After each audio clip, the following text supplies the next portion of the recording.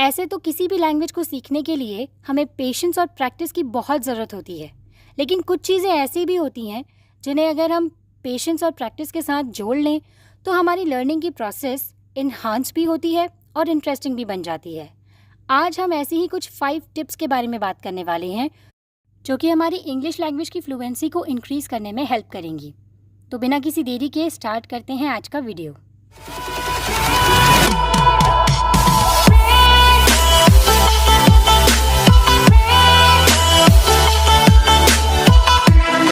English language की fluency को increase करने के लिए जो 3 मूल मंत्र समझे जाते हैं वो है रीडिंग, लिसनिंग एंड स्पीकिंग।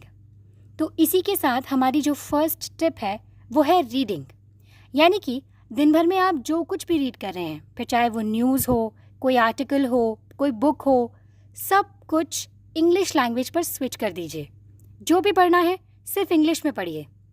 माना कि शुरू में कुछ दिक्कतें होंगी, कुछ वर्ड्स के मीनिंग समझ में भी नहीं आएंगे, लेकिन जब हम रीडिंग करते करते ही इस तरह के डिफ़िकल्ट वर्ड्स के मीनिंग सर्च करेंगे और उनको टॉपिक से रिलेट करके समझेंगे तो उनके मीनिंग्स हमारे माइंड में काफ़ी देर तक रहेंगे। इसलिए जो कुछ भी रीड करें इंग्लिश लैंग्वेज में रीड करें। साथ ही अपने साथ एक पेंसिल ज़रूर रखिए।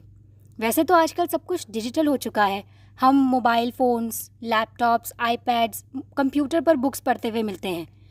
ऐसी सिचुएशन में अपने साथ एक नोट्स की ऐप या कोई भी ऐसी चीज़ ज़रूर रखिए जिसमें आप नोट कर सकें।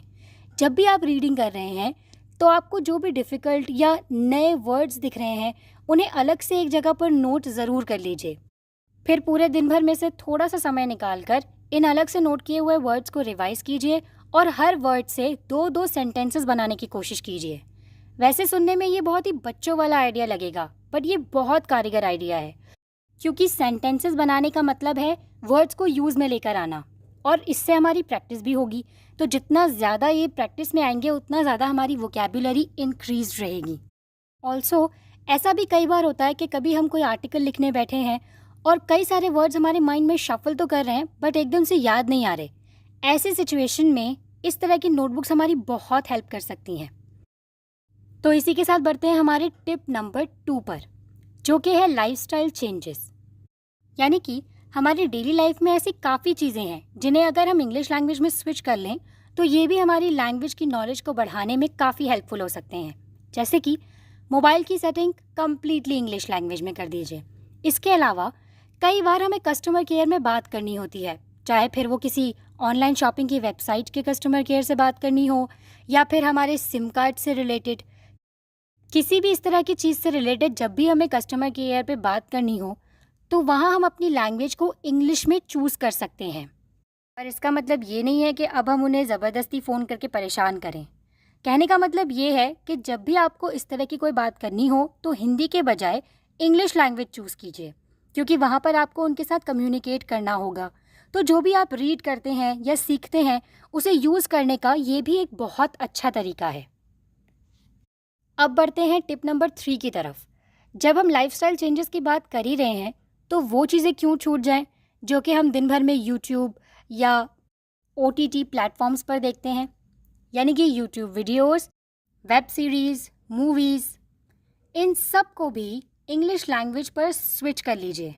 जो भी चीज़ें हमारे लिए एंटरटेनिंग है, जिन्हें हम मज़े से करते हैं, अगर हम उन्हें उस लैंग्वेज में करने लगें जो हमें सीखनी है तो इसके साथ साथ हमारी लर्निंग प्रोसेस भी इंटरेस्टिंग हो जाती है।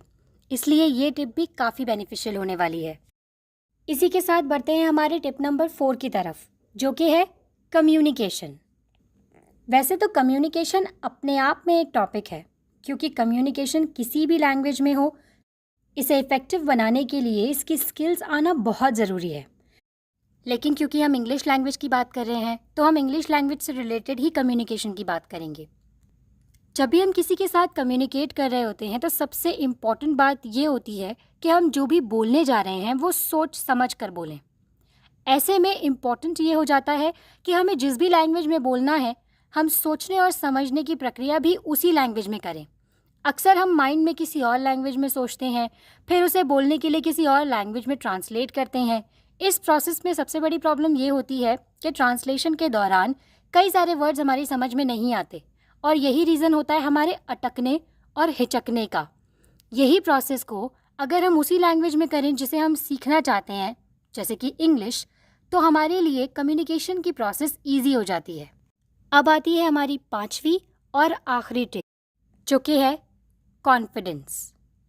जब भी हमें किसी लैंग्वेज में प्रैक्टिस करनी होती है, हमें अक्सर लगता है कि हम तो नया नया सीख रहे हैं, अगर कुछ गलती कर दी तो इंसल्ट हो जाएगी, सामने वाला क्या सोचेगा।